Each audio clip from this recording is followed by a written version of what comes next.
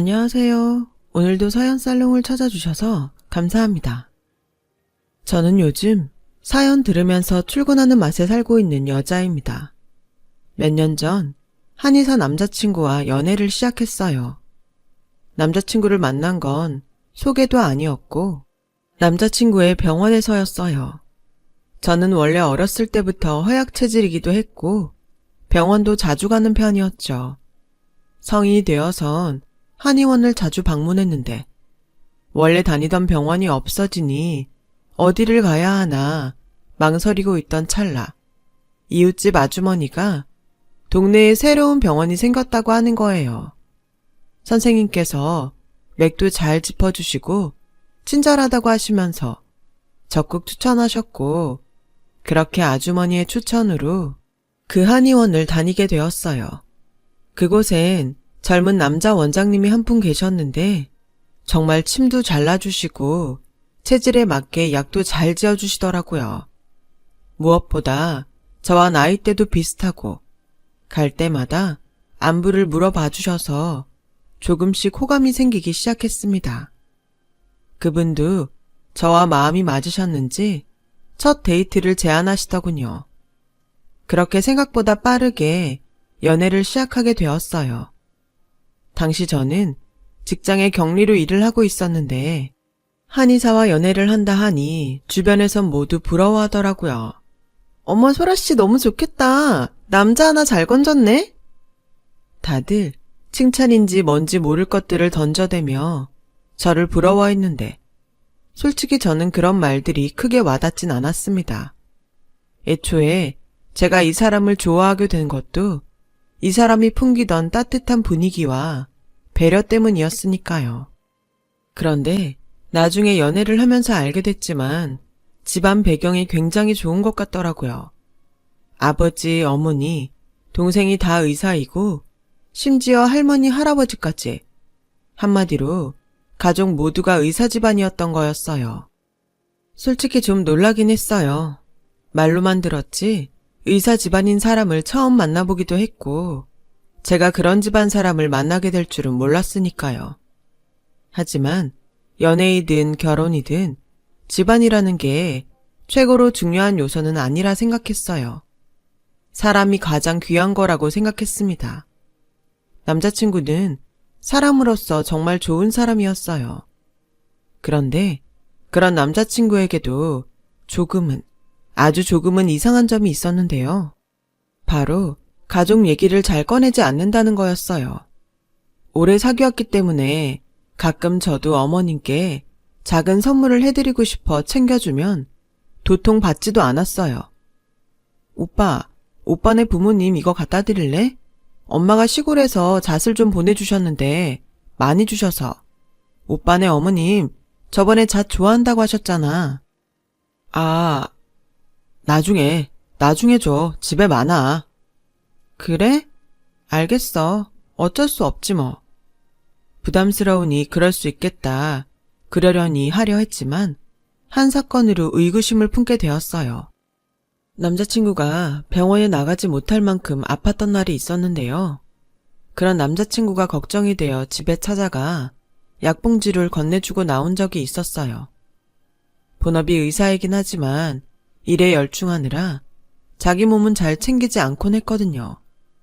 그래서 대신 죽도 끓여주고 간호도 해주고 나왔는데 남자친구의 어머니로 보이는 사람을 집 앞에서 발견하게 되었어요. 정장 스커트에 실크 스카프. 딱 봐도 부티가 나 보이는 옷을 입고 계셨어요. 혹시 엄마가 너한테 별 다른 말은 하지 않으셨지? 별다른 말 뭐? 안 하셨는데? 왜? 아니, 엄마가 네 얼굴을 알고 있으니까 혹시 몰라서. 앞으로 우리 집 올 땐 꼭 먼저 연락해야 해. 불쑥 들어오지 말고.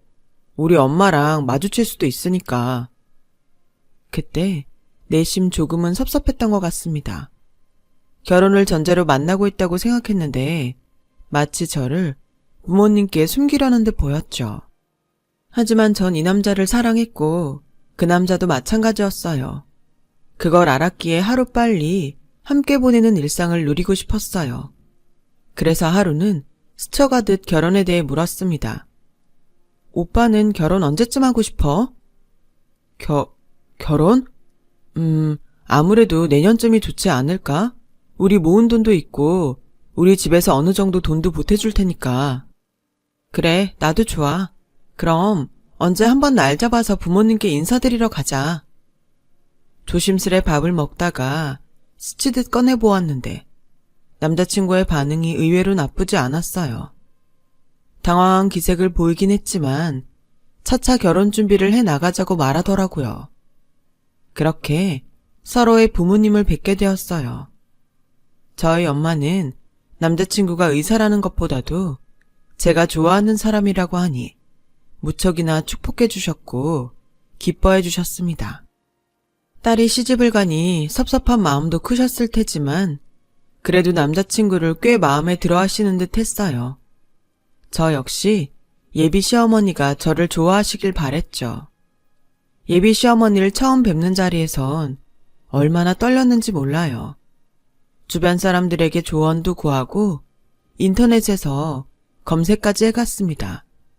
뭘 사들고 가면 좋을까 한참을 고민하다가 요즘 배즙을 즐겨 드신다고 하길래 남자친구와 함께 좋은 배즙 세트를 사갔죠.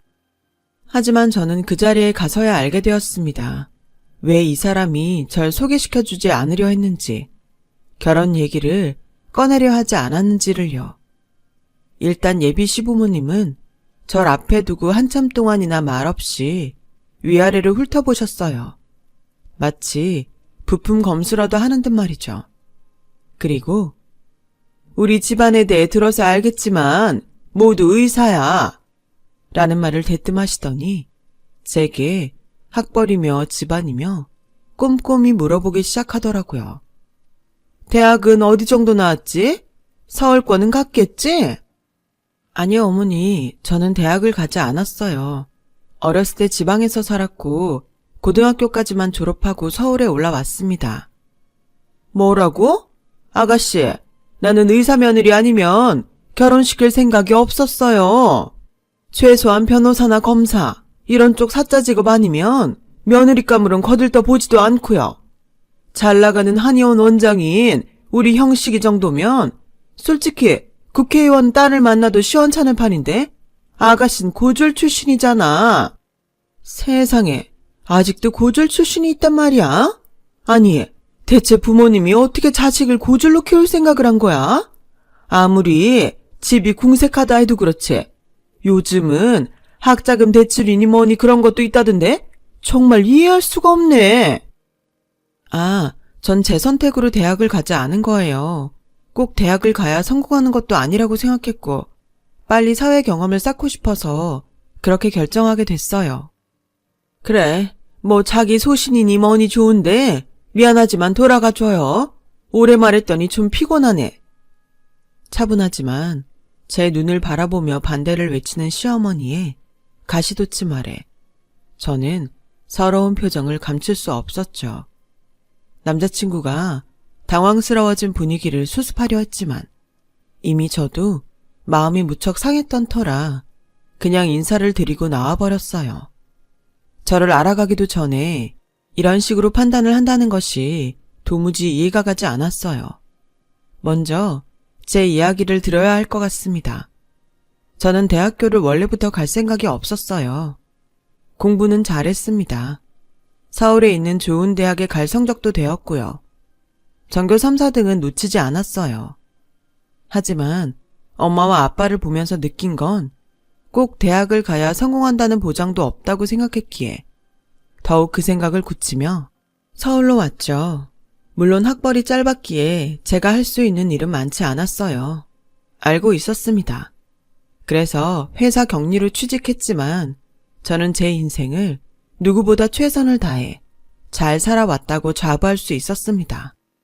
저는 평소 의류에 관심이 많았기 때문에 쇼핑몰 쪽 사업을 해보고 싶었거든요.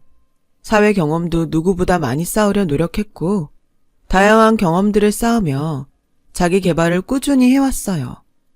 하지만 제가 의사가 아니라는 이유로 결혼을 반대하고 이해가 되는 부분들이 있지만 사람을 학벌이라는 한 잣대로 완전히 평가하려는 시부모님에게 너무 큰 실망을 느꼈어요. 오빠, 아무래도 결혼 다시 한번 생각해봐야 할 것 같아. 결혼이라는 게 우리 두 사람만의 일은 아니잖아. 시부모님이 저렇게 나를 반대하시는데 결혼해서도 나를 며느리로 받아주실까 싶어. 미안해. 뭐? 안 돼. 결혼은 우리 둘만의 것이잖아. 부모님은 내가 어떻게든 설득할게. 제발 그런 말 마. 남자친구는 제 말에 펄쩍 뛰더군요. 하지만 저라고 포기하고 싶었겠나요? 아무리 그래도 3년. 그 3년이란 시간 동안 저와 그 사람은 서로를 의지하고 신뢰하며 사랑을 쌓아온 사이였습니다. 그 누구보다 제가 사랑했던 사람이었고 그 사람에게도 제가 그런 존재였을 터였고요. 하지만 시부모님이란 벽이 생기자 정말 현실이 느껴진 기분이었어요. 이래서 파혼이란 얘기가 나오는구나 깨달았어요. 이 문제를 다른 친구들에게 말해 조언을 구해봐도 친구들의 대답은 한결같았어요. 시어머니가 벌써 그런다고? 지금도 그런데 결혼해서 널 쥐잡듯 잡을 게 뻔해. 시누이도 널 무시할 거고. 아니 세상에 그런 사람들이 다 있냐? 소라야, 힘들겠지만 나는 이 결혼 안 했으면 싶어. 휴, 그래, 너희들 마음은 알겠어. 잘 생각해보고 결정할게. 제 절친한 친구들까지 결혼을 뜯어 말리니 생각이 굳건해졌고 동시에 슬픔도 밀려왔죠. 당연히 웨딩드레스 입고 양가 부모님들의 축복을 받으며 결혼할 거라 생각했는데 이 소식을 부모님께는 또 어떻게 전해야 할지 막막했어요. 제가 결혼한다는 소식을 이웃 어르신들에게 전하며 기뻐하고 계실 게 분명했는데 말입니다. 엄마에게 전화를 해 결혼이 없던 일이 될 것 같다고 힘겹게 말을 꺼냈어요. 그렇게 남자친구와 입장을 정리하고 서로 헤어짐의 수순을 밟아 나가고 있던 중이었죠. 그러던 어느 날 엄마로부터 먼저 연락이 왔습니다. 남자친구가 거기 내려가 있다고요.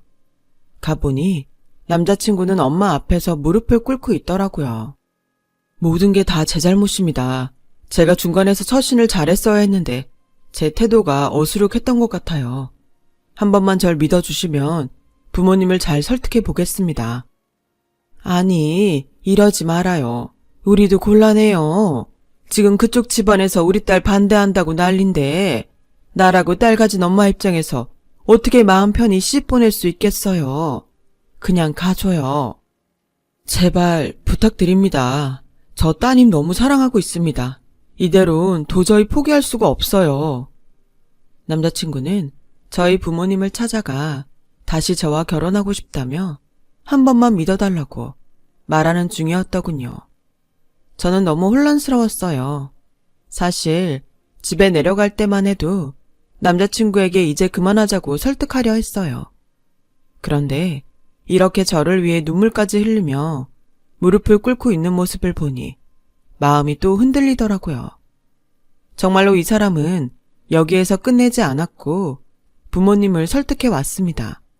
어떻게 했는지 모르겠지만 그 뒤 시어머니로부터 절 따로 보고 싶다는 연락이 왔어요. 갑자기 근무 시간에 부르는 바람에 헐레벌떡 일을 하다가 도중에 뛰어갔는데 네가 대체 어떻게 내 아들을 구워 삶았는지 모르겠다만 너와 결혼 못하면 내 아들이 죽겠다 하더구나. 그래서 허락해주는 거다. 대신 의사 집안의 며느리로 들어왔으니 그에 맞는 품격을 갖춰야 한다. 하며 마지못해 허락하는 말투로 결혼을 허락했고 그에 맞는 품격을 갖춰와야 한다는 이상한 말들을 하더라고요. 당시 그게 무슨 말인지 몰랐기에 일단은 고개를 끄덕였지만 한 번씩 그 품격이란 단어가 생각이 나긴 했어요. 절 귀하게 키워오신 부모님이 반대를 하진 않을까 걱정했지만 부모님은 언제나 그랬듯 내 행복이 중요하니 제가 결정하라며 끝내 결혼을 허락해 주셨어요. 어쨌든 그렇게 시부모의 허락이 떨어지자 저와 남자친구는 드디어 예식장 장소도 잡고 드레스도 고르고 신혼집도 알아보며 결혼 준비를 시작할 수 있었어요. 마음 한편 찝찝함이 남아있지 않았다면 거짓말이었지만 이 사람과 함께 할 수 있다는 기쁨이 더 컸고 시부모님이야 제가 잘하면 충분히 극복할 수 있는 정도라 여겼고요. 그렇게 상견례 날이 다가왔어요. 떨렸지만 결혼 준비에 피할 수 없는 부분이었고 이왕 하게 되는 거 최대한 좋은 분위기에서 어른들을 모시고 싶었기에 상견례 장소를 선택할 때부터 많이 고민했죠. 무엇보다 시부모님을 배려했고요.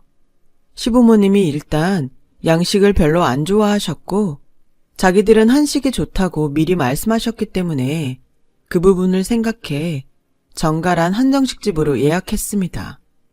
하지만 엄마와 아빠 손을 잡고 들어간 상견례장은 기대와는 달리 서늘한 분위기로 진행되었어요. 바로 시어머니가 상상치 못한 예단비 얘기를 꺼낼 때부터였어요. 사돈, 저 말씀드려야 할 게 있는데요. 예단으로 2억 정도 생각하는데 어떠실까요? 저번에 보내주신 예단비 감사히 받긴 하겠다만 액수가 시원찮아서 이런 자리에서 말씀을 드리게 되었습니다. 지금이야 형편상 2억이 많게도 느껴지실 테지만 결국 의사 며느리 되는 거고 하니 그 정도 금액이 얼추 맞겠다 싶어 결정했어요. 아, 그리고 우리 딸이 이번에 차를 바꾸려 하는데 괜찮은 외제차로 바꾸고 싶어 합니다. 저희 딸 의견 받아들여 주셔서 마음에 드는 차 해주시면 될 것 같아요. 물론 사돈댁 농사 짓는 집안이고 그 형편 고려해서 결정한 금액이니 저희 쪽에서 요구하는 이 정도는 받아들여 주셨으면 좋겠네요. 아니, 그러니까 지금 저희 보고 2억을 해오라는 말씀이신가요? 시어머니의 말에 저희 엄마 아빠는 경악을 금치 못하시더라고요. 의사 집안에 시집간다고 당당하게 2억을 요구하고 시누이 외제차까지 해달라는 시어머니. 정말 이 정도면 도를 지나쳤다 싶었습니다. 남자친구가 나서주길 바랬지만 남편이 되어야 할 그 사람은 꿀먹은 벙어리처럼 예비 시어머니의 말을 듣고만 있었어요. 그 순간만큼은 저도 이성을 놓았고 말이 먼저 튀어나갔어요. 어머니, 죄송하지만 저희 집에서 신혼집에도 반 이상은 하는데 예단도 잘 해드렸다고 생각합니다. 더 이상은 해가기 어려울 것 같아요. 뭐라고? 아니 그게 무슨 말이냐? 예비 시어머니의 표정이 확 붉어지더라고요. 사실 저나 당시 남자친구나 오히려 예단이나 예물에 돈을 쓰기보단 새로 마련한 신혼집과 신혼여행에 더 돈을 들이고 싶어 했지만 저희 친정에서 예의에 어긋나면 안 된다며 적절한 정도의 예단비에 이불에 명품 가방과 옷들, 명품 그릇 등 여러 가지를 챙겨주셨어요.